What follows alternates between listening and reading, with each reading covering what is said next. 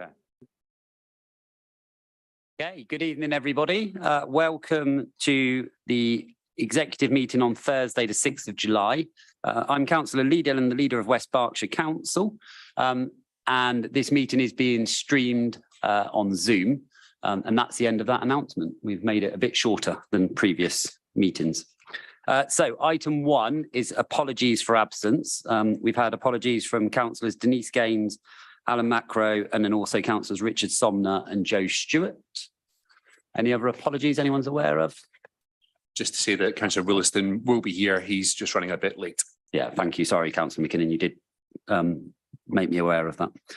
Okay, item 2 is the minutes, pages 7 to 12 in your pack. Are members willing to accept the previous minutes as an accurate record? Councillor Brooks, do I see a proposal? Thank you. Happy to propose, Chairman. And Councillor Colston seconding, and then exec members in favour? Thank you, that's carried. Okay, item 3, declarations of interest. There have been none ahead of this meeting. Any to declare from the floor? No, excellent. Okay, we move on to item 4, public questions. There are a number of public questions. It's unlikely that we will get through those within the half hour that's allocated to members' questions. So executive, if I propose that we extend the time for the questions to be answered, does that find a second? Thank you. And then all members, are you in favour? Excellent, thank you. So all members will get the chance to, members of the public will get the chance to ask their questions this evening. Just to advise, Mr. Goatley, your question, I think it's question R to Councillor Gaines, will be a written response because she's not here this evening. Okay, so can I, and then also, so for those public questioners unable to join the meeting, they receive a written response too within 5 working days of the meeting. The questions will appear on the screen and will be answered by the relevant portfolio holder. You will then be given the opportunity to ask a supplementary question, but please remember this must be to clarify the response provided and not introduce any new business. And the responses given either verbally at the meeting or in writing will be published on the council's website in due course. For any of you who are new to the chamber, if you can come up to the podium to ask your question, and then there's a little button with a person on it and your microphone will go red like this one, and then we'll all be able to hear you nice and clear. So can I, Mr. John Bibbins has asked for his responses in writing, so we will action that. And then I've got Mr. Goatley, Mr. Moscone, Mr. Morgan, Mr. Pearce, I believe are all present. Mr. Beard and Ms. Sanderson are present on Zoom, I hope. So can we go to Councillor Adrian Abbs to answer Mr. Gareth Beard's question A on the agenda? Thank you. Is Mr. Beard with us or?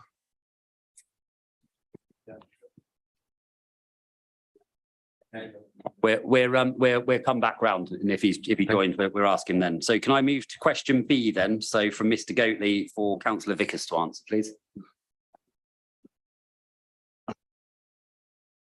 Chair. I think it was Councillor Colston we agreed would answer this one. Yeah, okay, apologies, Councillor Colston. We're going to read it or just go straight to the answers? I'll go straight to the answers. Okay, well, thank you for your question, Mr. Goatley. Arden are undertaking 2 related but distinct pieces of work. The first one is the development of a SUD strategy for the whole of Bond, Riverside and the regeneration programme, which is part of the placemaking strategy that we're working on right now. The second is the design of some environmental improvements to Faraday Road itself, the street Faraday Road, in the form of small-scale SUDs, which are going to be fitted onto existing drainage at the edges of the road. And this work is being implemented under permitted development rights, and no surface water management plan is needed in order to undertake that work. And it will complement any future highways drainage that we do. Do you have a supplementary? Yeah, the main point of SUDs is surface water management. The problem we've got is that everybody tries to wash surface water. straight into the sea, meaning the aquifers remain dry and rivers are short. So you cannot do a SUDS scheme that will pass muster from us people that are downstream. Okay, Councillor, getting flooded by 'em. sorry, John, do you have a question, Yeah, please? so the thing is, will you go back to them and get them to do the job properly, whether it's council officers who don't know their job or whether it's Ardent who don't know how to do it? It cannot be done without. Okay, thank you, John. Yeah, I can't give you an answer to that right now. We will take that away and come back to you with a written answer. Thank you very much. Okay, moving on to, have we got Mr. Beard with us yet? No, if you can advise when he's in the room and then we'll jump to his question. So question C, Mr. Moscone, and being answered by Councillor Vickers. Thank you, Mr. Moscone. The council has had a policy of using brownfield sites for development within settlement boundaries first, unless factors outweigh development such as flooding. And between 2006 and 2022, 81% of all new dwellings were built on brownfield sites. But this means that the most suitable brownfield sites have already been developed. And this is shown by the rate over the last 5 years, which is down to 72.8%. Unsuitable sites include those that are identified as being liable to flooding. In 2019, the council produced a bespoke density pattern book, which encourages densities of between 90 and 115 dwellings per hectare in town centres, compared with suburban areas which have a suggested density of 35 dph. However, people need to have employment as well as housing, and West Berkshire doesn't have enough employment land, so must protect our existing employment areas.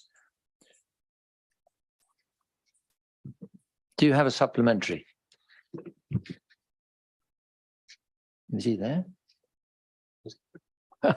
Been speaking to her.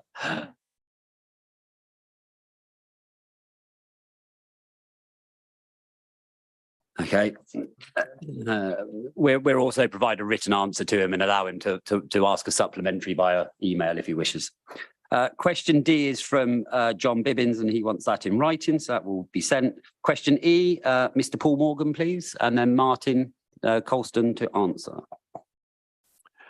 Good evening, Ms. Morgan. Thank you very much for your question. It's in 3 parts, and so is the answer. So the answer to the first part of the question is that Hemingway Design are very well informed about the proposed change regarding the football ground remaining a football ground.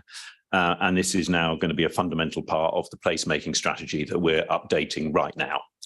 The second part of the answer is that so far this extension to their work has not resulted in any further cost. We will review this obviously closely with them as they go through the work, and if it does need some more cost, it will be in line with the pricing schedule submitted in the tender. And the final part of your question, they are on track at the moment to deliver that final placemaking strategy in August, and that will then need to be reviewed and signed off and will eventually, no doubt, come to executive for final approval. Do you have a supplementary? Yes, I do. But before I do that, I'd just like to compliment the chair for extending the question time for questions tonight. It's an obvious thing to do, and I think it's welcome. Certainly welcome there. So thank you for that on behalf of myself and others. Thank you for the information. I just would like, can you provide me a written brief, revised brief that you've sent to Hemingway Designs? That'd be useful if I can have a look at that. That'd be very useful. I'm sure we can do that. I'll ask the officers after the meeting. Yeah. And you also said that you're not sure whether. Sorry, Mr. Morgan, it's still one supplementary, okay. even with extended question time. Okay. Okay. Is Miss Sanderson online? She was just on her way into the analyst. Lovely.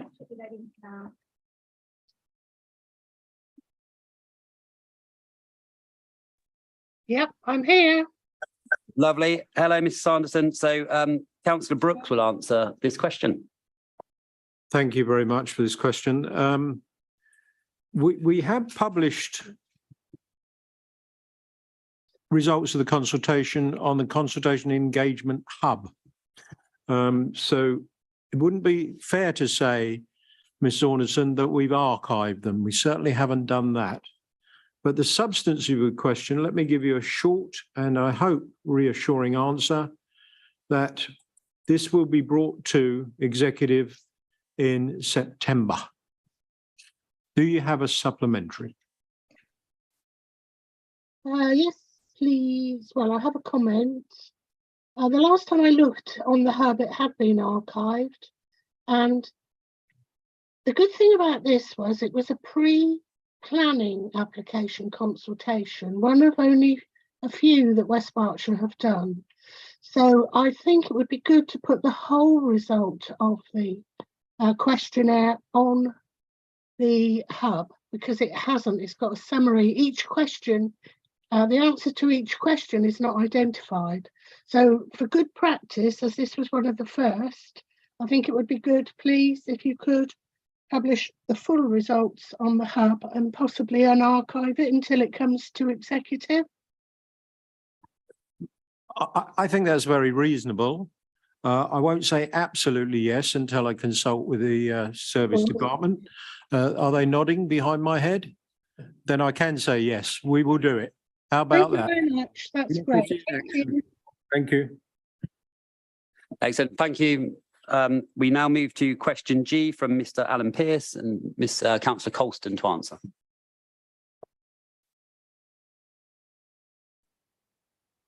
Hi, Mr. Pearce, thank you very much for your question. The budgets for the delivery of the regeneration programme are set out in the executive reports that you mentioned, EX 4219, and that supersedes EX 3972, which was the previous report from 2020, and that set out the development options for the regeneration programme, which was revised then by 4219. Both of those reports are available online.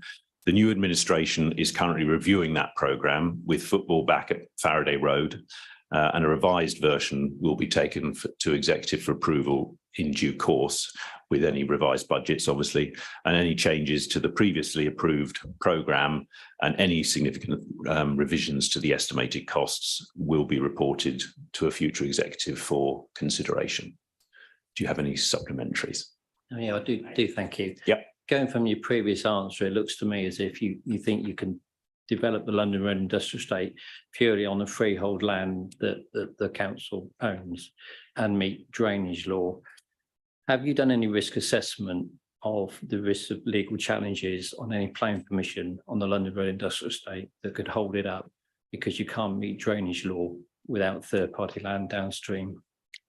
I don't know the answer to that, but we'll come back to you with where we are on that, and no doubt that will form part of the project going forward. Thank you very much. Thank you, Mr. Pearce. We now have Mr. Beard answered by Councillor Abbs. Have we got not online still? Okay.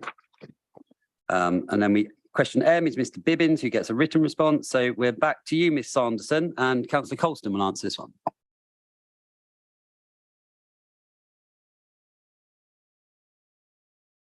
I need to admit her back into the Zoom. Bear with me.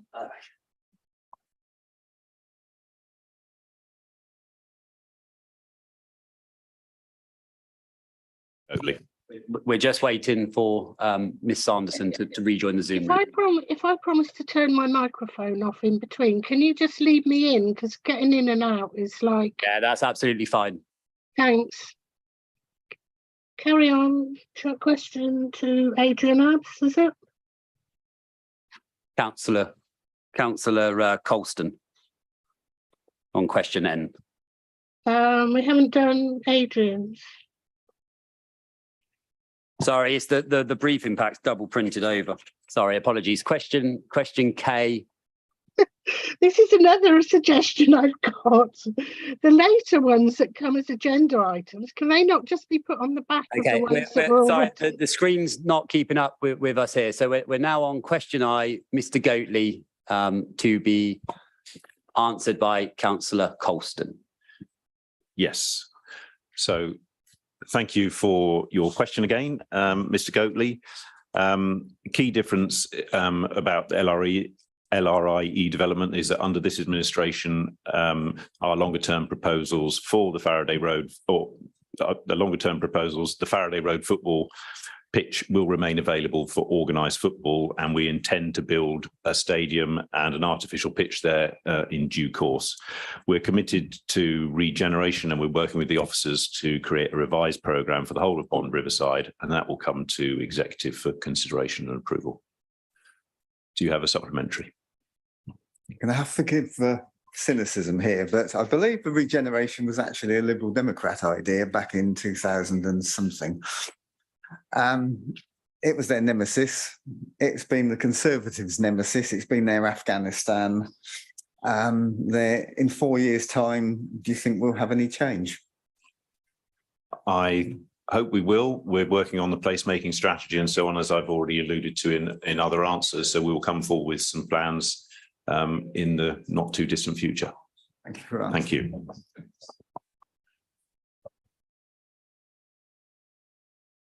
Thank you. Question J is Mr. Bibbins, and he's asked for a response in writing. Question K is...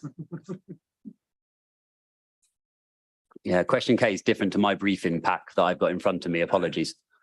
So question K is by Mr. Morgan and is to be answered by Councillor Lewis.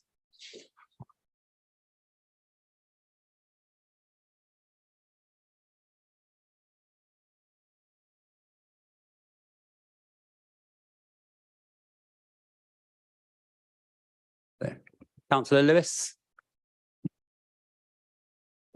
Yes, you'll have to forgive me. I've got my pack out of sync as well. I'm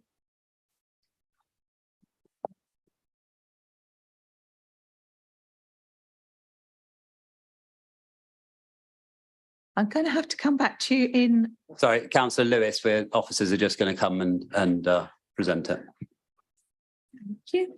Can we not get Paula Sanders in the back on while she's waiting? No, we're there. Huh?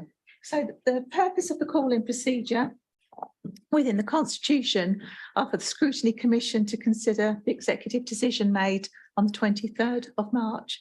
And it's either going to let the decision stand, state its view on the matter and refer the matter back to executive, or refer the decision to council if it's considered the decision is contrary to the budget and policy framework.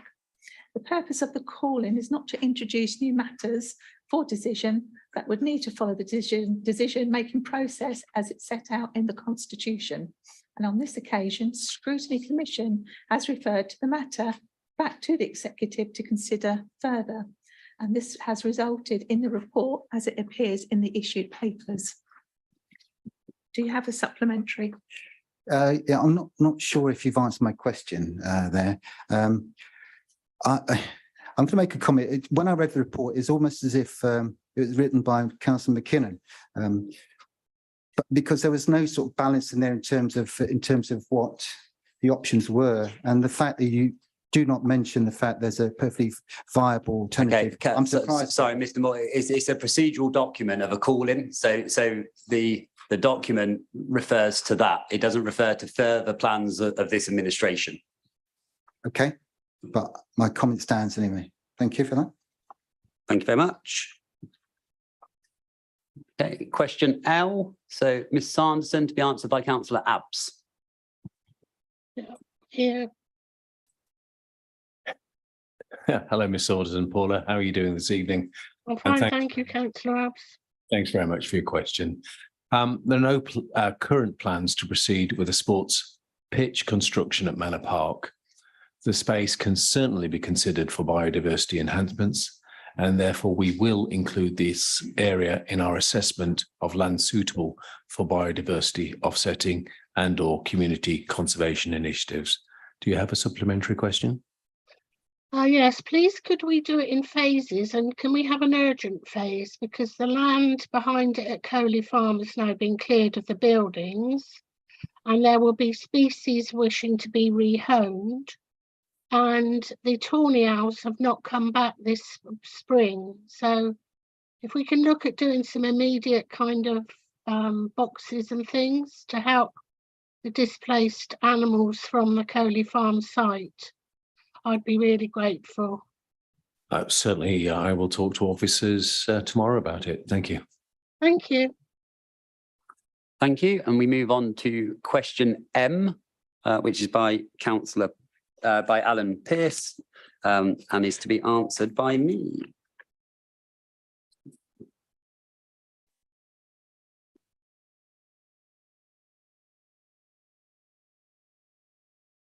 So thank you for your question, Mr. Pearce. The paper that appears before the executive under agenda item 10 has been prepared by officers for consideration by the executive. This follows the call-in process as set out in the Constitution, part 6.9, following scrutiny committee having considered the call-in request on the 20th of June. It will be for the executive to decide how it wishes to proceed, having regard to the recommendations of the commission, and is obviously on the agenda later today. Do you have a supplementary? Well, that wasn't the question. Well, I asked the question of who, did anybody read the report? Sorry. And the, all right.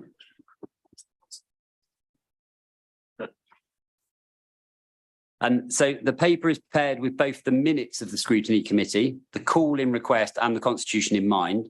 Ordinarily, it is good practice to have the portfolio holder and the chair of scrutiny consider the paper prior to publication.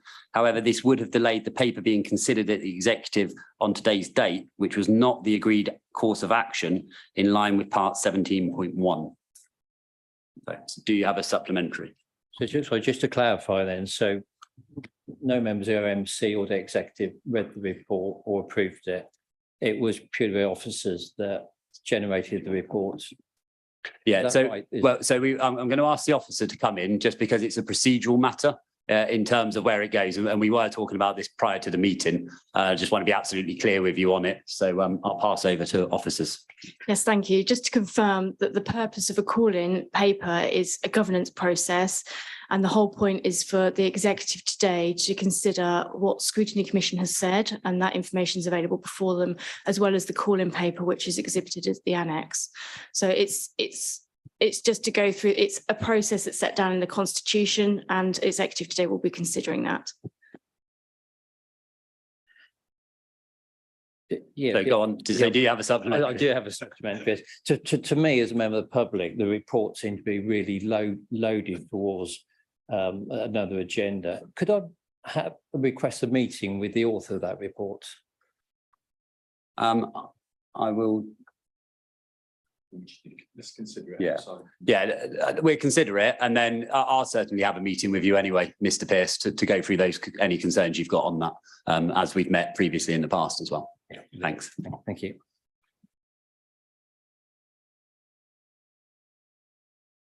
Okay, I understand that Mr. Beard is now online, so if we could bring him in to the room.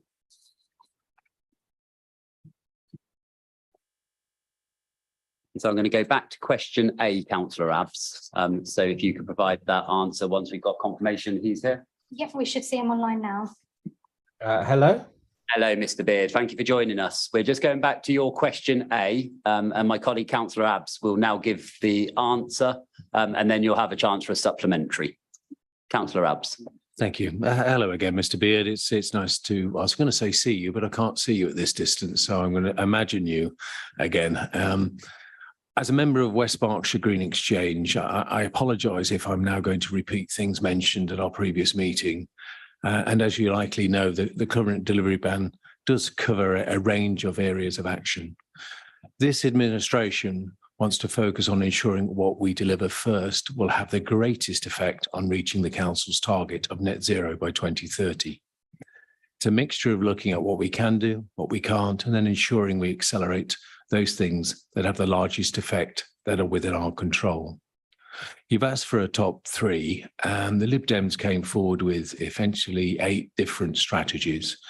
So picking just 3 is a little difficult. So I'm just going to go with where we've got to already. In other words, what officers and I have agreed that we'll get going with quickly. And I say some of these things were mentioned to you at the meeting with the Green Exchange already, but one of the things we'd like to do is increase renewable energy across the district through investigation of the potential micro hydro schemes, consideration of further opportunities for solar farms, and the encouragement of community energy initiatives. In fact, EAG will consider that, and as that will be broadcast after it's been the meeting has been held, you'll be able to see all of that in action. We're also looking to set a higher target in terms of recycling rates. Have begun work on that. And we're exploring a West Berkshire scheme to assist residents in improving their energy efficiency of their homes. Something that was a passion of mine, and that I tried to introduce as a motion before the administration change, actually. So when will it be? Because there's three parts to your question. When will it happen? It's a little bit soon to give dates about when each part will happen, but the instruction is ASAP from the administration. So let's see what we can get done. But what are the benefits, which is the final part of your question? Well, of course, it's all the normal benefits for the district: cleaner air, lower emissions, more comfortable environments at homes, then therefore better health benefits at home, just to name a few. Do you have a supplementary question? No, that's great. Thank you, Adrian. Thank you very much. Thank you. If you can stay with us, Mr. Beard, because I'm going to go now to your question H, and then back to Councillor Abbs to answer that one, please. Yeah, thanks again. I don't know if you've looked at this evening's paper, but you'll see an agenda item 9, which kind of talks to what you're looking for, which is a district-wide EV charging. And you'll see that this is about going out to tender for a contract to start a 4-year contract, actually, to start installing EV charging across the district. So that's where we are. There's more detail that will come on that later, but to give you some flavour of what we're doing there. The costs, this initial programme will focus on council car parks where there are currently no EV charge points. Council car parks that need more capacity because they're all the charging points already heavily used. We are doing some work at the rugby club because that's where the council's fleet of vehicles will be, and as that goes electric, there'll need to be more charging points there. And the good news for Hungerford is that they're a high priority. The council has actually tried a couple of times in the past to do something there. The current approach will be at Church Road car park, just for reference. In total, about 1.17 million is going into this initial push, with a potential for another 382,000 coming via a bid. Any supplementary question, please? That's a very good answer, Adrian. I just wonder, so my focus was on rural electric vehicle charging, and I guess the supplementary is there a mechanism for, say, the rural parish councils or parishioners to encourage the council, Newbury Council, West Berks Council, to install suitable charge points in the rural areas? I think the answer is yes. The officers should be writing, if it wasn't yesterday or today, it will be tomorrow, to the parish and town councils, talking to them specifically about what have you got that we might be able to collaborate on. And that isn't just charging points, that might be solar as well. So I think the future is bright here. We want to collaborate with the towns and parishes and try and move this agenda forward. Thank you. That's great. Thank you very much. Thank you very much for joining us, Mr. Beard. So we now go back to the order of the questions on the paper. I think we're now up to question N. That's correct. So this is a question by Mr. Goatley to be answered by Councillor Lewis. If your throat's holding up, Councillor Lewis, I know you've been poorly, so thanks for carrying on.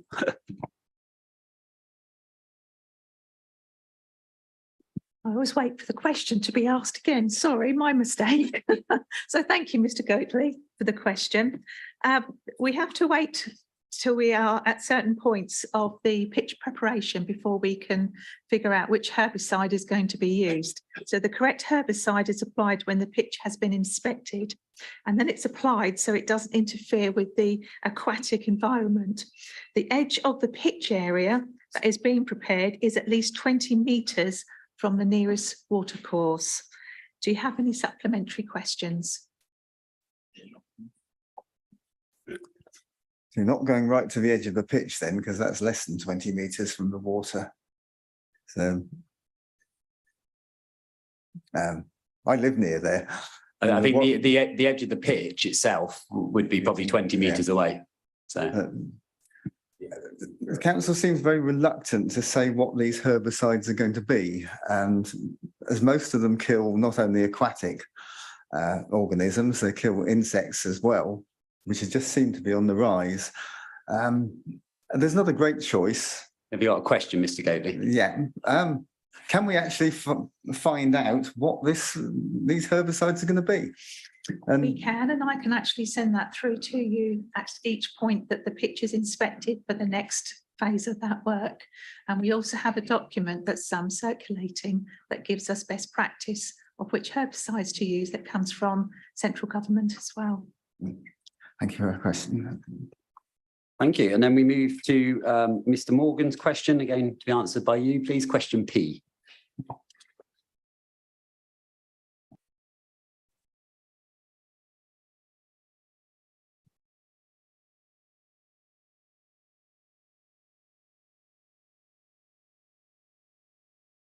So, Mr. Morgan.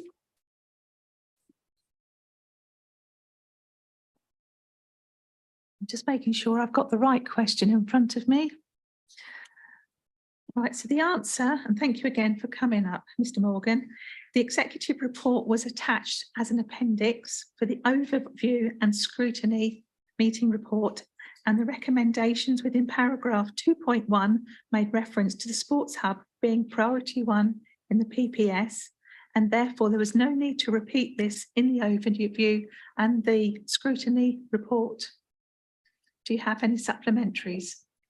Yeah, unfortunately, that response concerns me because you've said the number one priority of the playing pitch strategy is the sports hub. That's not the case. I couldn't hear you there, sorry. Mr. I'm saying it concerns me that Councillor Lewis has said the number one priority of the playing pitch strategy is the sports hub. That is not the case. I don't think she did say that then. Yes, she did say that. I'm sorry, I'm not putting you on the spot, No, Councillor no, Lewis, that's but quite that's right. exactly what you did say. What I will do is come back with the written response for you from the officers. Well, So I think Councillor Moore, just for clarity, that the existing playing pitch strategy is the number one priority in it because it hasn't come back through this new administration to be refreshed. What is the number one priority? When we bring it here and it's voted on, then that will become the number one priority. It's not for me to stand here and say it without it having due diligence going through my executive. But I think you're well aware of what our priorities are as an administration. I know, but my concern is this misrepresentation, what the playing pitch number one priority is, and I guess you illustrate my point here. It basically does need to be clarified because it's a really important issue. Okay, but the existing documentation is based on the previous administration. So that Yes, document, like all, sorry, but we won't have a debate. I'm giving you a clarification of why it's still as it is there. We won't be acting on that. We'll be bringing it back here and then choosing a new priority. And the sports hub won't be the number one priority, but we'll wait for executive to vote and then determine what it is. I think it's important for your documentation to get it right. That's my only point. I'll leave it at that. Thank you. But it is correct at the moment. That's the point. Correct. Okay, thank you, Mr. Morgan. Thank you, Mr. Morgan. We now go to question Q, Mrs. Saunderson again.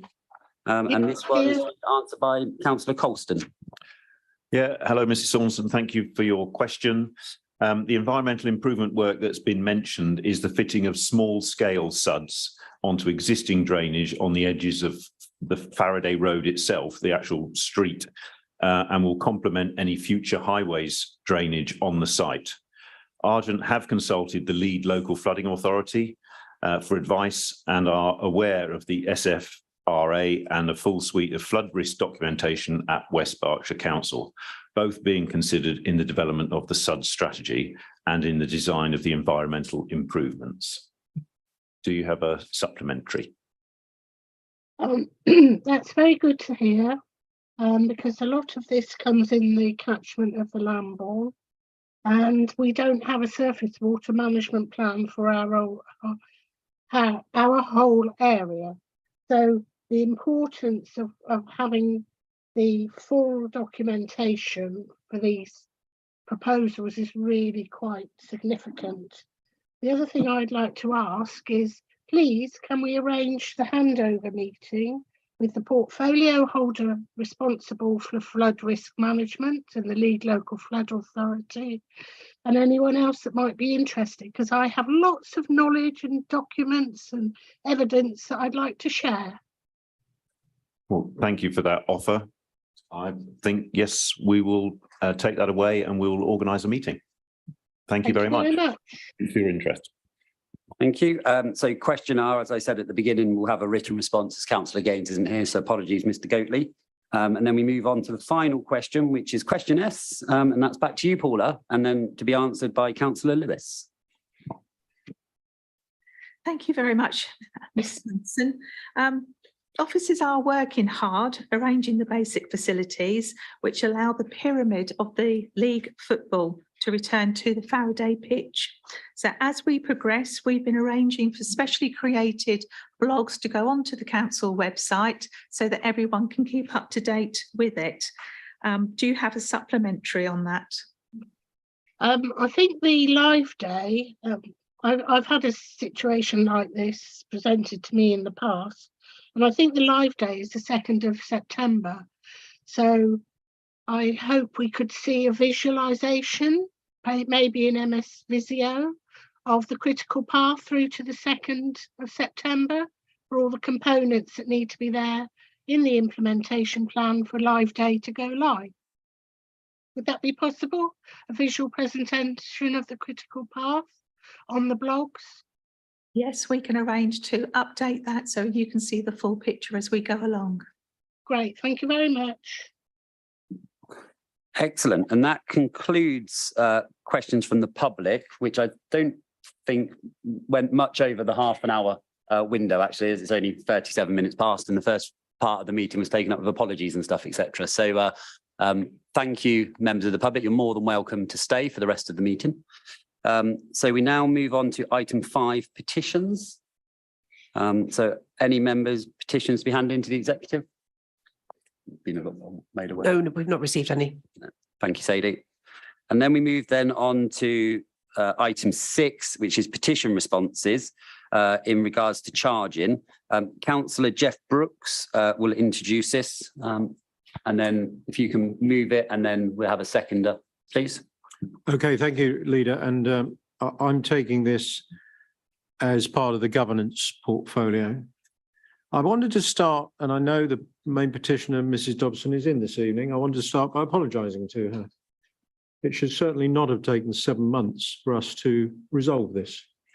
Totally unsatisfactory. And I'm giving the public an assurance that we will be looking to change the constitution such that petitions are dealt with within 4 months, wherever possible. I mean, if it's a huge petition about building something, it may take longer, but in the main, we should be able to turn around and answer through executive within 4 months. So this shouldn't happen again. You will have seen in the recommendation, I'm going to read it out, given the words in the petition, that we note the petition and resolve to continue to ensure the council complies with the intent of its policy framework and income collection. There is a policy framework. You would expect us to continue to comply with it. But in 2.3, we aim for the council to provide the best possible customer experience. We recently published a customer charter, which details the service levels it aspires to provide. It also explains what recourse is available to individuals or businesses who feel these have not been met. This would include those individuals or businesses who believe that they've been charged incorrectly or have been charged where no charge should have been levied. Now, here's the key thing from me. It is not the council's intention, nor will it be the policy, to issue and collect charges that are incorrect or are not chargeable if appropriate procedures and form completion have been properly undertaken. That's in the paper. What I will give is a further assurance that we are working very hard to make sure that where paperwork is complex and could be inaccurate, we will work with residents to get it right. That is my introduction, sir. And look, I'd like to propose that as a resolution to this matter. Okay, and then also the recommendations within the paper itself, so that we note the petition resolves. Yeah, proposing those be accepted. Thank you. Is that seconded? Thank you very much. Any questions from exec members or comments? No. Any comments? Councillor McKinnon? Yeah, thanks, Leader, and thanks, Councillor Brooks. It's a genuine question here. 2.3, is that any different to the policy that was pursued by the previous administration with regard to charging of this nature? Because that does look like a policy statement that we could have put forward back before the election. But so in what way is it different? I think all your questions are genuine, Councillor McKinnon. I can't say I looked. What I'm happy with is that as a policy framework going forward and a statement of words about how we're going to act. Thank you. And any other members with questions at all for this one? No. Okay. So that's been proposed by Councillor Brooks. It's been seconded by Councillor Cottenham to accept the recommendation set out on page 23. Do I see all those in favour? Thank you. That is carried. Okay, we now move on to item 7, which is the Save the Ready Bus petition. In Councillor Gaines's absence on this one, I'm going to present this paper. So a petition collected 1,208 signatures entitled Save the Ready Bus, which called for the administration to review its decision on funding the service and to make sure that the important community service remains available for those in need. There was concern within Ready Bus around a clause within the SLA, which stopped a group being able to go to talk to the press about prior clearance, colloquially known as a gagging clause. So it is our recommendation in 2.1 that we remove confidentiality clause from the SLA with community transport operators, which should then allow for us to engage with Ready Bus again in the future to make sure that that important service is delivered within West Berkshire. So I will propose that from the chair. And does that find a seconder? Thank you, Councillor Colston. And then any questions from exec members at all? No, thank you. Any questions from the opposition? Councillor Bowick. Thank you, Leader. My understanding is that what you refer to as a gagging clause is a clause that safeguards both parties in our contract, and that is standard in our contract templates. Is that right? So it's not standard anymore because the recommendation is to remove it. And actually what it's about is in respect of community groups. Yeah, so it won't be going forward. So community transport operators won't have that confidentiality clause in it. They're partner organisations, and we think that we can work with them without having to have legal remedy to stop them talking to the press. We're more than happy to be criticised if criticism's warranted. What about in? My understanding is it's a standard term in all our contracts. Yeah, and I'm saying it's not anymore following the recommendation from this report. The report only talks about community contracts with community transport groups. My question is wider than that. Are we going to have similar clauses in contracts? Say, for example, say we entered into a contract with a new waste operative. I know we won't, but for example. So I think if they're commercial agreements with so we say professional bodies or companies, then there may be the need for a contractual clause like that in there. But this is a community transport operator, basically a local charity operating in our area, and we feel that we don't require that level of legal ease in the documentation to be able to work with our partners. Thank you. And Councillor McKinnon. Thank you very much, Leader. There are 13 other community transport operators aside from Ready Bus. And you've just stated that we're changing our standard contract terms at the request of Ready Bus, effectively. Can you assure us, is the word, can you assure the other 13 operators that their their funding isn't going to be affected by this. They're not going to be disadvantaged as a result of us giving Redibus essentially what amounts to preferential treatment. Okay, so it's not preferential treatment because the confidentiality clause will be removed for all community transport operators. So it isn't a preferential treatment. Councillor Marsh. Thank you. Just to put on record that our group strongly supports this measure and indeed the previous item on the agenda. It's still a bit of a novelty for us to come along and find the executive doing things that we agree with. Sure, we'll get used to it. But anyway, we are very pleased and happy to see the new administration rectifying the wrongs that were done on the previous item and this one. Quite why the previous administration decided to die in the ditch over these matters is completely baffling to us. But anyway, we commend the decision that's been taken by the new administration on these two things. Thank you. Thank you for your comments, Councillor Marsh. So can I see those members in favour of the recommendations? Thank you, that's carried. We now move on to item 8, Early Years Childcare Sufficiency Report, and I pass over to Councillor Codlin. Thank you. Thank you, Leader.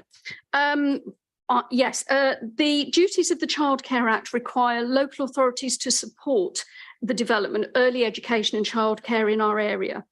And we must demonstrate that there is sufficient early education and childcare available for working parents and those parents training to enter work, to ensure that there is sufficient for every child to access their entitlement to free early education and care. This report shows that West Berks has a sufficiency of childcare with data backing up the assessment. It indicates that we are fulfilling our duty. Quality of provision remains high, with 85% of childminders and 87% of daycare nurseries, preschools and independents being rated by Ofsted as outstanding or good. The increase in the take-up of 2-year-old funded places for disadvantaged families is positive, and we're continuing to encourage this.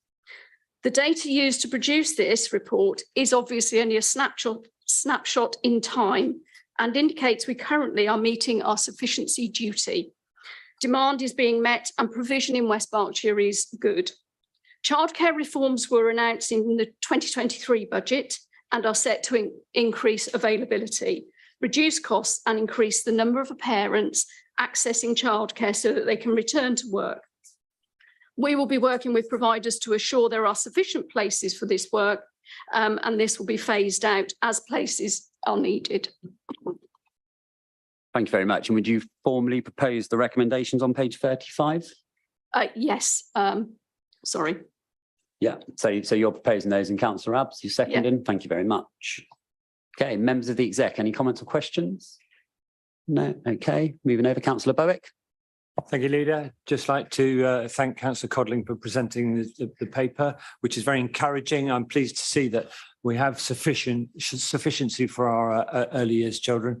And I'd just like to commend the work of the officers. I know from my time as lead member for children and young people in education that early years settings had a very difficult time during COVID, and officers worked extremely hard and creatively, and were well supported by government funding to keep a lot of early years settings going. And so, as I commend to that, my commendation goes to the officers. Thank you.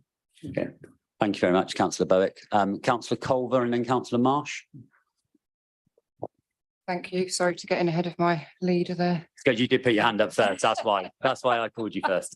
Thank you very much, Leader. Yeah, thank you for this report, Councillor Codling. It's going to be very useful for us at Scrutiny Commission because, as members will be aware, we need to look at wraparound provision, which is going to be an obligation on the local authority from September 2026. So this will be useful evidence for that, and was mentioned by officers at Scrutiny Commission on the 20th of June. So thank you for that. I also reflect what Councillor Bowick says and thank the officers for their work. There's just one thing that I would say though, on page 44, it refers to Victoria Ward, which is not a ward of this council. And it also mentions that West Ilsley is in Ridgeway. sorry, Wester Ilsley is in Downlands, but it's actually in Ridgeway Ward. Now, they might seem like fairly banal comments, but I think we need to be accurate. And it suggests that maybe some information has been cut and pasted from quite a long time ago. So that's the reason I would raise that as a concern. Thank you. Yeah, thank you for raising that, Councillor Culver. Our proposal will stand with amendments for geographical accuracy of wards. Thank you. Councillor Marsh. Thank you very much. Just echo the comments that have been made, but I've got a specific question for the portfolio holder. The biggest problem in this area seems to be staffing. Now, I'm the chair of governors at a school in Newbury, and we can't meet the demand because we can't get the staff to deliver current demands for after school clubs, breakfast clubs and so on. And I gather that this is not just true of my school, but of many other schools. And of course, the money is not great that childcare workers are paid, and that's not really something I imagine that the authority can do. But are there any measures, any steps that you can take, that the authority could take to encourage more people to get involved in this? Because we desperately need people, because we could be, when, as Councillor Culver said, when the full wraparound package comes in, the government can have as many aspirations as it likes, but if there aren't the people to deliver it, we can't do it. Thank you. Councillor Codlin? Yes, I will be working with officers. We have had these discussions. I understand there is more funding coming through at the end of September to assist in extra places, and hopefully that we will be able to encourage people, whether that's through apprentice schemes or something else. But I will be working with officers on that. Thank you. Any other questions or comments from opposition members? No. Okay, so can I see a show of hands to accept the recommendations on 35? Excellent, that's carried. Thank you very much. We now move on to item 9, contracts for award under delegated authority from the executive. Councillor Brooks, please. Thank you, Chairman. We have 10 contracts coming up in excess of £2.5 million, and so they require approval from the executive during the next quarter. If you look at 1.2, this report seeks to gain approval from the executive to delegate authority to an individual service director, head of service or executive director to proceed with the contract awards. So that's what this report is looking to do. Of course, as these contracts come up for award, the report is granted approval by the procurement board. We're updating the terms of reference a little bit of the procurement board herein. I did go along to the procurement board to watch how it worked. I thought it was I say slick, not in a bad way. I thought it was a well-run meeting, keeping on top of the detail. And I look to attend more regularly on that, just as the officers look to award these contracts. I'll draw your attention to a couple of things. On 4.8, it talks about the flow of the decision making, the completion of the tender process, service areas are only required to submit a contract award report, and it talks through procurement board, corporate board, operations board, then the consultation portfolio holders, and to me, this type of thing absolutely lends itself to a process flow. I'd like to see a lot more process flows of how decisions are made within this authority, how we fix things, how we work on things. And so that will be in the future. I'll be looking for that sort of thing. If you then turn to 4.11, you can see the forthcoming contract award summary table. There's be a little bit more detail on that in part 2, Chairman. The big one there is, of course, Berkshire Community Equipment Service, 175 million gross over 5 years. But of course, that's for all of the local authorities across Berkshire, of which we are 1/6. About 100 to 110 million, 120 million net after recycling, due to a new recycling model. So before I get questions on that, if I do, I'm just pointing out that is a large number because it's Berkshire wide. So I have every confidence that this, and of course, a lot of these were in process over the last few months, but I'm happy to propose it, Chairman, and take questions as necessary. And does that find a seconder? Thank you, Councillor Cottenham. Any questions from exec members or comments? Councillor Abs. Yeah, not really a question, more of bringing people's attention to a couple of the contracts that are in the document. One I referred to earlier to do with the EV charging points, which I'm quite see to come through. But there's another one in there for rooftop solar projects across the council estate, £690,000 with a potential for up to 2.4 million.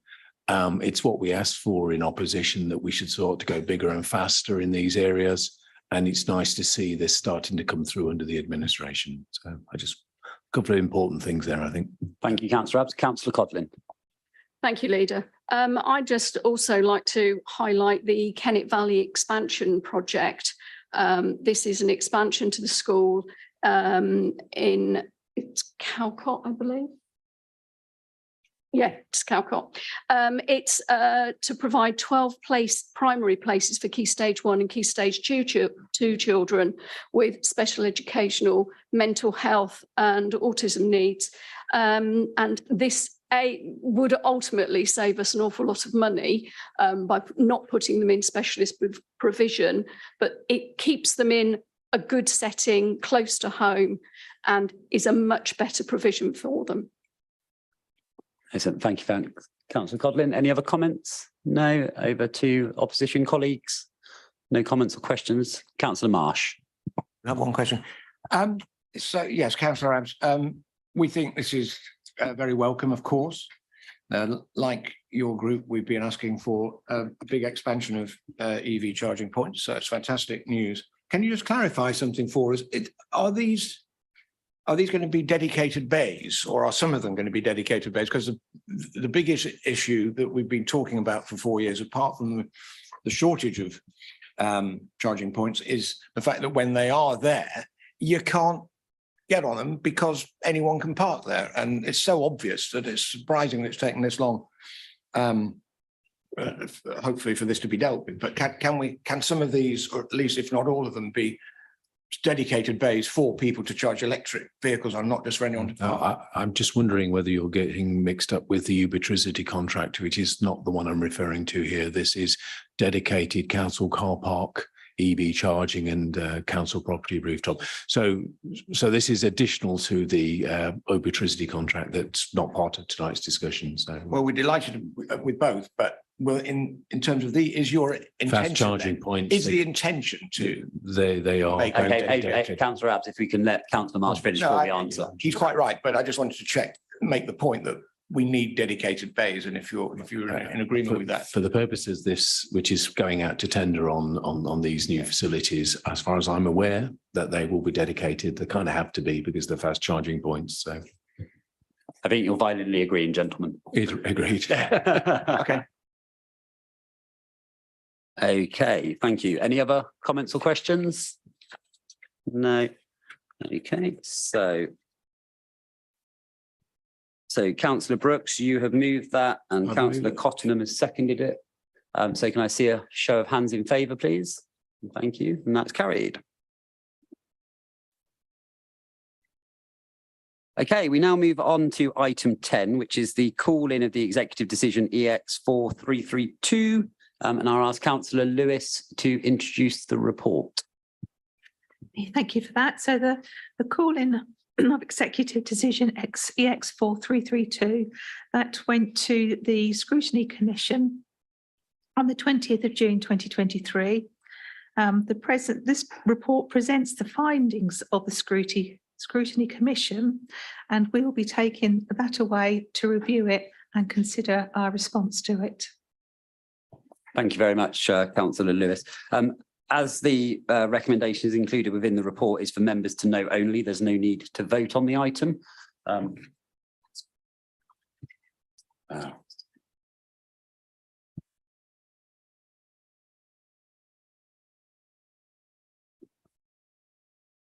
Okay, and then we've got a supplementary briefing note, which is we are going to vote on it. I would just pull out, though, in the recommendations in number 2, because Mr. Morgan's still in the room, the final recommendation there says the need to revisit the playing pitch strategy should the sports hub not be progressed. which I think links back in with that previous question earlier, and clearly is now in an executive report as a course of action, but obviously it would need to be formally revisited. Members of the executive, any other comments from you? I don't believe so. No. Councillor Culver, please. Thank you very much, Leader. If you'll indulge me, I just, as Chair of Scrutiny, want to make a few comments. I'm going to read it out because I want to make sure that I quote accurately. Thank you very much. Regarding this evening's paper, I did not see this before it was published and circulated, and I understand from officers that Councillor Lewis did not either, despite it being published with her name on it, and she can correct me if I'm wrong on that. I understand the paper had the input of several officers when it was drafted and had to be done in a hurry to meet a deadline. My comments this evening should in no way be interpreted as criticism of the officer whose name is on this paper, and I emphasise that strongly. This evening's paper to executive states as follows: the council should conduct a new value for money review, taking into account a business plan based on increased costs. While this request was in the call-in, which the Liberal Democrat councillors submitted before the election, it was not part of the Scrutiny Commission's resolution at our meeting on the 20th of June. This evening's paper gives the impression that Scrutiny Commission assumes and accepts that the sports hub at Monks Lane will go ahead. The Scrutiny Commission minutes, which I did see before they were published recently, state the following: resolved to refer the matter back to the executive for further consideration, particularly in respect of the following aspects: legal costs incurred by the council, costs incurred by the rugby club, any penalty fees associated with not proceeding as planned, implications for the new leisure contract, and the need to revisit the playing pitch strategy. Scrutiny did not resolve that the council should conduct a new value for money review, taking into account a business plan based on increased costs. It appears that the wording of the call-in, which was made before the election, has been conflated with the resolutions of the Scrutiny Commission on the 20th of June. Furthermore, the implications and impact assessment of this evening's paper, the wording of which does not reflect what was discussed at the Scrutiny Commission. It's important in the interest of transparency and clarity that members of the council and the public understand the distinction between the wording of the call-in and the wording of the Scrutiny Commission's resolutions. Whether or not the project goes ahead is not Scrutiny Commission's decision to make, but if the project is abandoned, the public deserve to know what costs are incurred and what the implications are for the playing pitch strategy. Clearly, what action the executive take is up to them. It is not for Scrutiny Commission to dictate policy. However, as Chairman of Scrutiny Commission, I urge the administration to respond to the Commission's resolutions made on the 20th of June in the interest of transparency, and I look forward to that happening in due course. Thank you. Thank you, Councillor Culver. They are draft minutes at the moment, so they do need to be approved by the Scrutiny Committee, but I've got no doubt that what you say is an accurate reflection of what went on in that meeting. And I think that with these, we're going to be taking this back to review it. And I think it would be right that when we're reviewing it, we look at the additional remarks that your Scrutiny Commission made, and we'll feed those into our decision-making process too. Thank you very much. Councillor Williston, please. Thank you, Leader. Can the policyholder explain how Faraday Road can remotely replicate the superb facility that's been designed and now has no legal... No, this is about the call-in for the sports hub. It's not relating to Faraday Road. No, that's exactly what I'm coming on to. Okay. Spare with me, that's just an intro. And that has no legal objection to standing its way, given its desperate lack of parking, capability, the lack of any detailed design and a new facility, which will take at least a year and probably more. The scheme is good to go. So Newbury Football Club will go at least now 1 year and more likely 2 or 3 seasons without a home base. This is a viable scheme ready to go at Monks Lane, which will also benefit Newbury Rugby Football Club. The new leisure management contractor is comfortable with the business case. Is it not just politics stopping the football need for Newbury and West Berkshire, and there is no need for a call-in? Okay, thank you. I think you were happy for Newbury Football Club not to have a pitch for about 5 years. So a 1-year delay for them to have a better facility that actually can grow with their ambitions will be more in keeping with actually what the football clubs in West Berkshire need and require.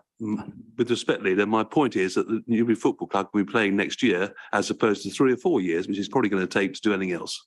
they could have done, but they wouldn't be able to stay at that site if they were successful in terms of promotions, because the sports hub was capped at a certain step facility.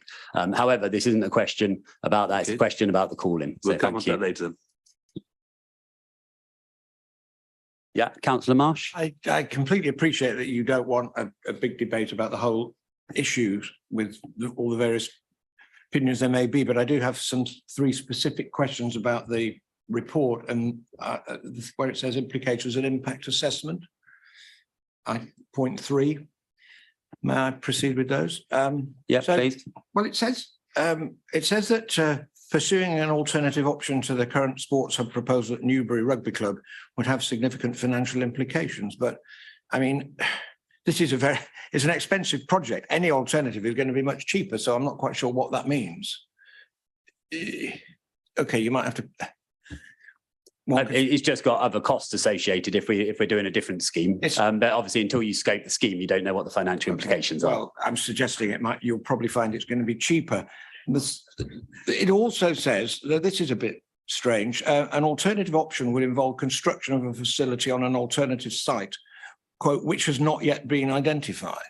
That's not true, is it? There is an alternative site. There is, but we haven't formally voted that through. So, it's about due process, isn't it, Councillor Marsh? We need to put a paper through here if we're going to go outside the remit of what that land currently can be used for. And I believe currently it's down as open space and as sports pitches, and that's what we're doing. We're just reinstating the current pitch rather than developing something new, which will require exec approval for.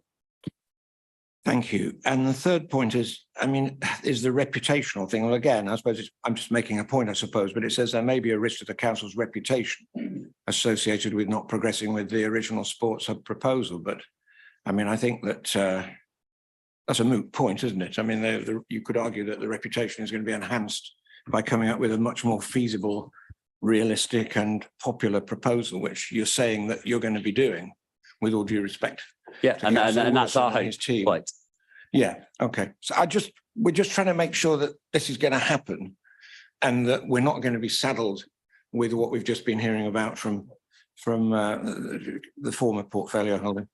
Thank you. I think what I would say on that wider piece, Councillor Marsh, is it was a clear manifesto commitment by the Liberal Democrats to return football to Faraday Road. We have officers working diligently to get the site ready for football in September within existing budgets and existing protocols that we can use the site for. If we were to go past that, obviously we need to bring it to exec. We will be bringing a fully phased plan to exec to be able to deliver football at Faraday Road, with artificial pitch and a football stadium around it. We're absolutely committed to doing that. And we will put those plans in place, very shortly. What we also need to do, though, is we need to go and speak to community groups about what their want is for that site. And I'm pleased, actually, that we'll be able to do that imminently as well. And that will all be in the public domain, so all members of public and councillors would be welcome to attend that. Councillor McKinnon.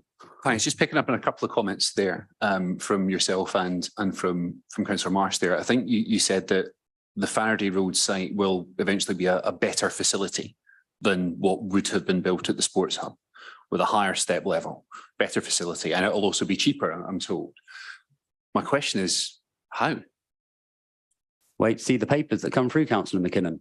We were telling you for long enough when you were in power that you could do it a different way. Now we're going to show you how it's done. I look forward to seeing it, Leader.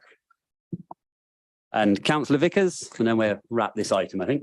Thank you, Leader. I just want to take up a point that Councillor Marsh made about reputational damage. And as the newly elected member for Hungerford and Kinbury, I found nobody that was against what the new administration is proposing to do. So I fail to see where the reputational damage might come from. That's all.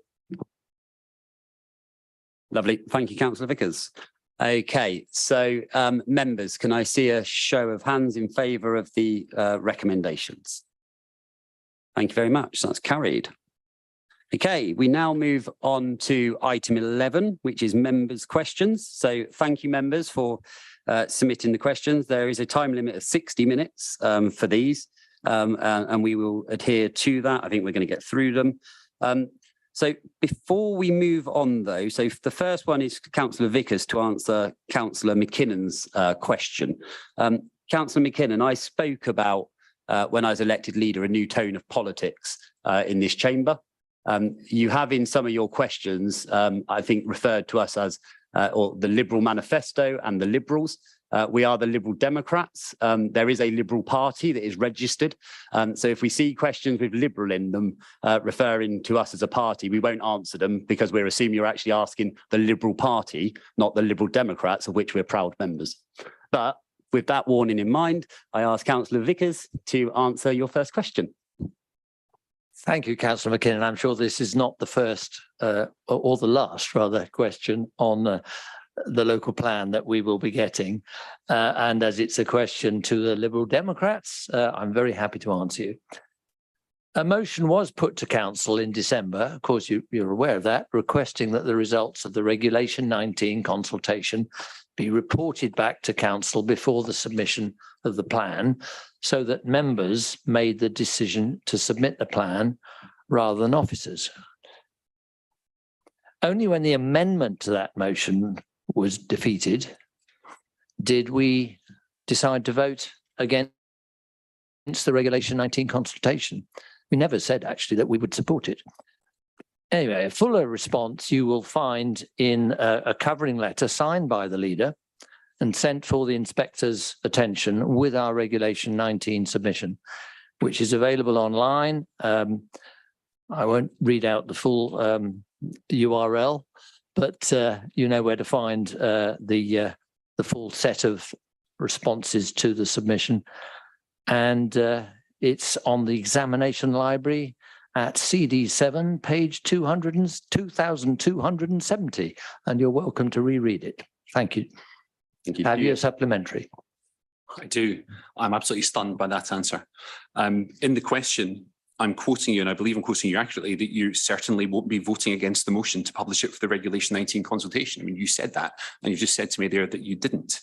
And if what you've just said is true, that only when we voted down your amendment. Sorry, if what he says is true is implying that he's let me follow up. Yeah, please, let's remember let me reword it then. How can your statement you've just made be consistent with the fact that you were also quoted in the Penny Post on the 29th of November saying you were going to vote against, so a reversal of your position, and you had a letter published in the Newbury Weekly News on the 1st of December saying you would be voting against the publication? But you're telling me now that you only decided to do that when we voted down your amendment. How can that be? How can both things be true? Councillor McKinnon, correction on the date. It was the 24th of November when Penny Post published it. So I had a whole week in which to reflect, as we do amongst ourselves as then a shadow executive group. And I never said we were going to vote for your motion. So I was persuaded convincingly that we could not even abstain, that we would oppose the motion on the grounds that we felt there were significant reasons why we could not do otherwise. Thank you, Councillor Vickers. If we move on to question B, please. So this is a question from Councillor Bowick. Thank you, Councillor Bowick, for Councillor Vickers. Thank you, Councillor Bowick.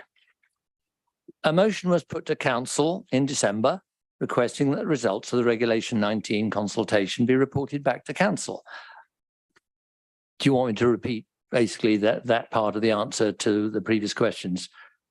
And I said it's a fuller response that is available on the website that will explain what it is that we need to fix. It's a long document and you can read it. It's available in public. So I think you're on the wrong question, Councillor Vickers. Question B. It's about fixing the local plan, isn't it? No. It is, but we've got, myself and the officers here have got different questions again to what's up there. Sorry. In our agenda packs. Right, let me look back at the agenda, sorry. Yeah. So that is the answer to that question that's on the screen. So we're just going to go. I can't read the screen from where I am. No. You answered the right question, but it's different to what myself and my senior officer have got in front of us. So you've answered that. So Councillor Boat, would you like him to repeat the answer? So you're just for clarity. Yes, please. Yeah. So Councillor Vickers, thanks. Right, I'll read it again in full. Thank you. A motion was put to council in December requesting that the results of the Regulation 19 consultation, that is the local plan, be reported back to council before the submission of the plan, so that all members who could make the decision and submit the plan rather than the officers. And only when our amendment on the 1st of December was defeated did we decide to vote against the Regulation 19. And for the reasons, you can read what we put in our submission later at the end of the consultation period. I'm sorry, Lydia. Yeah, thank you, Before you Councillor cut me off, I don't see how Councillor Vickers' response relates to the question, which is simply, how do you propose to fix the local plan? Well, at the moment, all we can say, because we are awaiting an advice which will come to full council later this month, is that at the time which we were required to vote on this, we felt that there were reasons why it needs to be fixed. And if you want to know the reasons why we wanted to fix the plan, then they're online. But in terms of what we do going forward, you will be hearing more later this month. And it's in fact only a week before the report comes forward, which will give the full background. But the covering letter outlines the background and as to why we. Thanks, Councillor Vickers. I think we're good. Thank you. Councillor Bowick, please, supplementary. Yes, thank you, Leader. And thank you, Councillor Vickers. And so I get that you're pointing me to a massive document to answer where I'll find the answer to my question.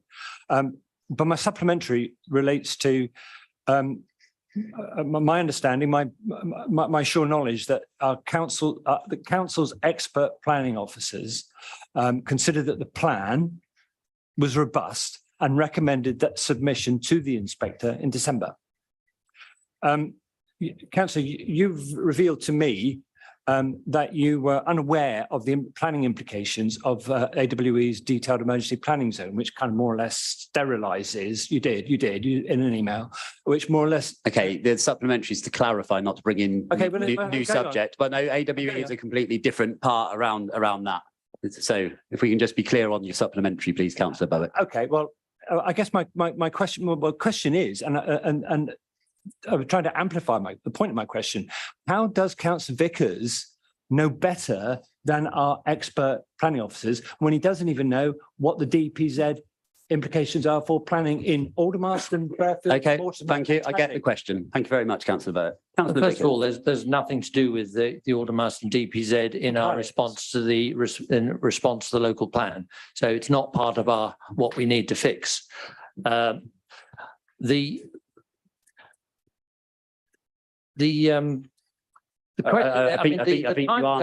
timetable for the response was set by the administration.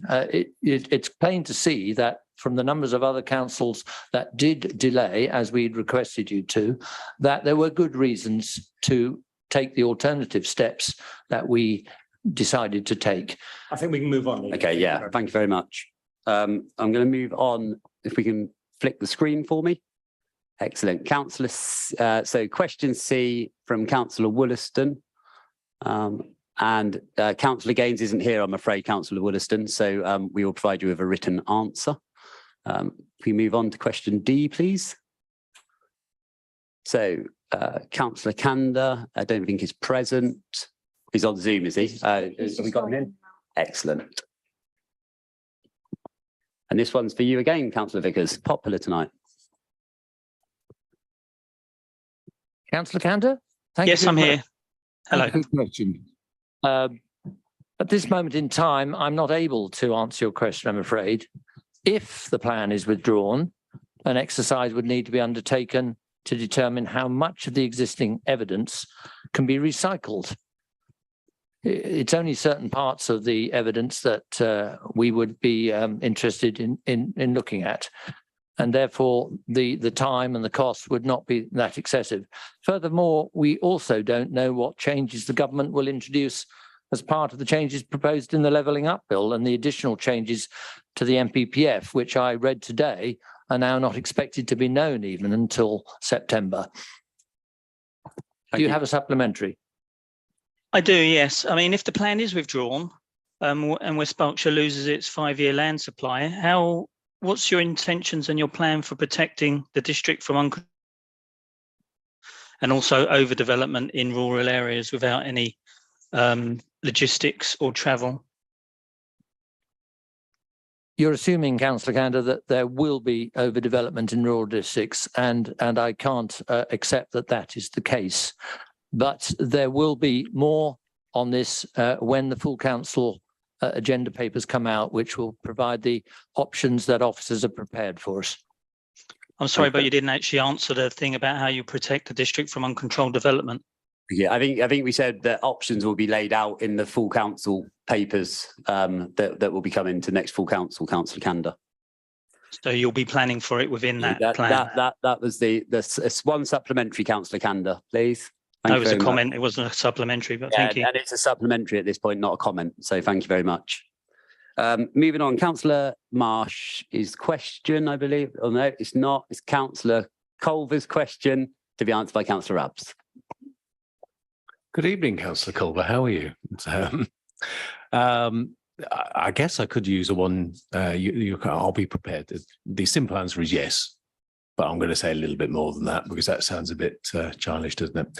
We're working collaboratively across Berkshire to produce the LNRS, Local Nature Recovery Strategy, following the guidance that were produced in March 2023, and the regulations that come into force on the 13th of April 2023. The Royal Borough of Windsor and Maidenhead has been proposed as lead authority for Berkshire. The first meeting of the steering group was held on the 3rd of July 2023, and work is underway to develop the baseline local habitat map. Initial consultation is planned to be undertaken in autumn 2023. Do you have a supplementary? Thank you very much indeed, Councillor Abs. I'm aware that we lost our ecologist recently, and obviously an ecologist would be central to helping us to deliver on this obligation. What plans are there to urgently recruit a new ecologist? If I may, I'll come back to you that because there's some sensitive information around that. So I'll come back to you in writing on that if you don't mind. Thank you. Thank you. Thank you very much. Question F by Councillor Marsh, and that will have a written response, Councillor Marsh, because Councillor Gaines isn't here. You can move to the next question, please. So Councillor G, question G by Councillor McKinnon. And again, we will get a written response for you on that. But you can see here that, sorry, on that previous question, you can go back. We can see there that the reference, so the Liberal manifesto. I'm not sure the Liberal Party wrote a manifesto for West Berkshire Council. I'll take your point, Leader, about Liberal Democrats versus Liberals. Lovely, thank you. I would also say does that mean you're not going to call us Tories? Well, there's not a registered Tory party. So there is a Conservative party and Conservatives call themselves Tories. What I'm saying is you're referring to a different political party when you say Liberal. That's the point. They're a registered political party and the Liberal Democrats are a registered political party too. And I don't think we do call you Tory when we're in written questions to you. I think it's normally the Conservative administration because we gave you the respect that was due. Moving on then, question H, Councillor Bowick, and that's going to be asked by Councillor Vickers. Thank you for the question, Councillor Bowick. Yes, it is necessary for a local plan to be accompanied by an infrastructure delivery plan, which sets out the infrastructure that's going to be needed to support the plan. And in addition, any new allocations would show what infrastructure needed to be provided with that development to make it acceptable. So really, that's all I can say. Do you have a supplementary? Yeah, do you have a supplementary, Councillor Bowick? Well, I do, but The question is quite simple. Will the housing be placed instead in our rural villages? So I'm asking. Without the infrastructure to support it, and Councillor Vickers said that any housing developments come with an infrastructure delivery plan. So that's the answer, is that there will be an infrastructure delivery plan that will support any dwellings. So he did answer the question, Councillor Boat. Do you have a supplementary? I mean, I can answer what you said. You referred to rural areas. We're not going to be imposing development in rural areas where there isn't sufficient infrastructure either already there or provided as part of the infrastructure delivery plan. And we don't believe the increase in infrastructure costs will necessarily be any greater than in the current plan as it stands. Yeah. Thank you. Thank you. Thank you. Next question, please. So question I, Councillor Williston, this is going to be answered by Councillor Lewis. Voice is holding out. So thank you for your question. The revised delivery strategy, which was approved in the June 22 executive report, paragraph 6.9, says that the football ground is to be used for sports and recreation uses until it is redeveloped for commercial use in 2026. Therefore, the council's current actions to enable the Faraday Road sports pitch to be used for football is in line with the previously adopted and approved policy. We're working with the officers to review the Bond Riverside London Road Industrial Estate regeneration programme, and we'll be revising the long-term goals of the programme based on our aspirations. A revised set of proposals will be taken to executive in due course, which will make a formal decision setting out this administration's vision for the ultimate long-term use of the football ground. In the meantime, we wanted to ensure that the football ground is available for football by the autumn, and we've therefore been working hard to make sure that that happens. Do you have any questions? Thank you. I'm still at a loss to understand as to how you can produce the football that you're proposing there on a single pitch with no parking. It just doesn't tick. Can you perhaps explain in more detail? From what I understand, there is some parking there already. It's just going to be used for the initial Pyramid League.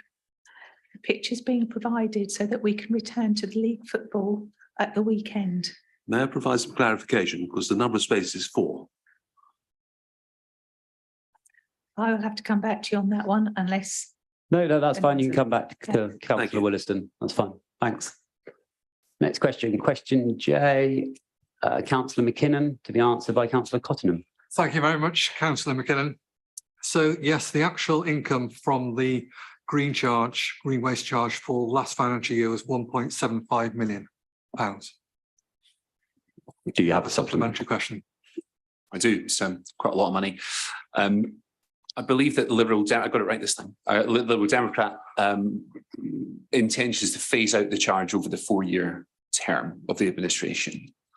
I'm getting shakes of the head, but I think that's what I certainly heard the leader say that on radio. But if it is your intention, and you can correct me if I'm wrong, to phase out the charge over the 4-year term, so it will be completely gone by 2027, how are you going to fix the hole in the revenue budget that money is going to leave?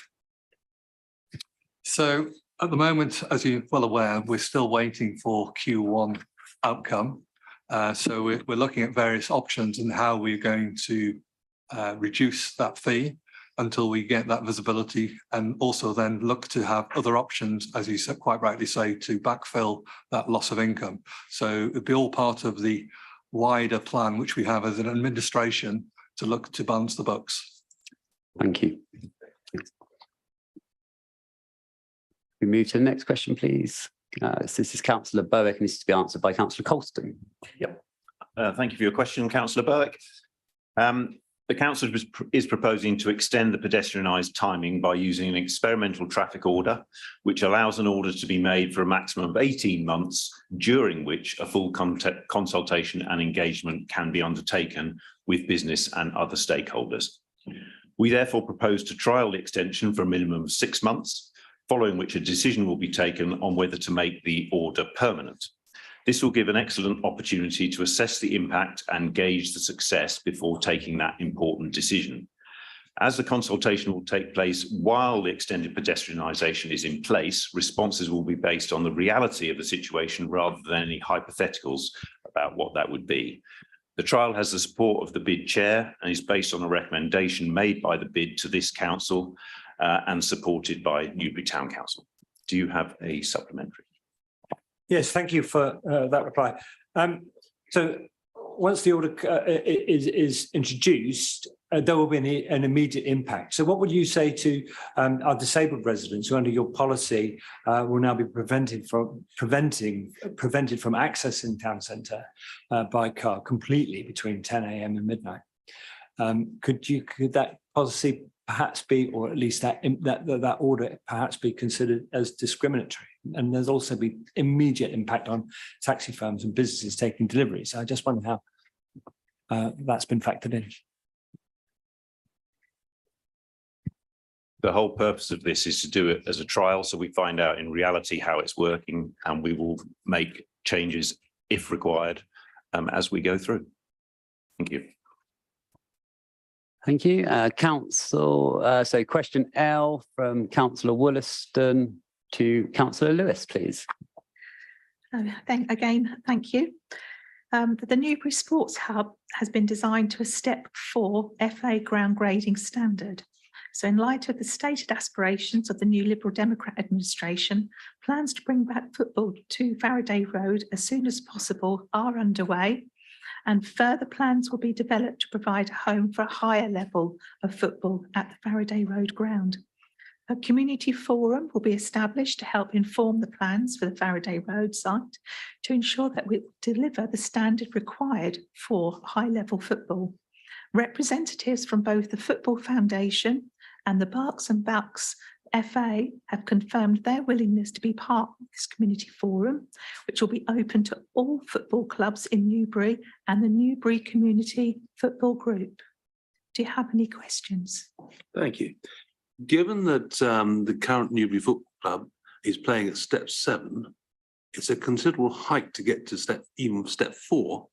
And when are you at that stage when you can actually release some costings to your aspirations, which I think will go completely out of kilter with what's even proposed at Monks Lane?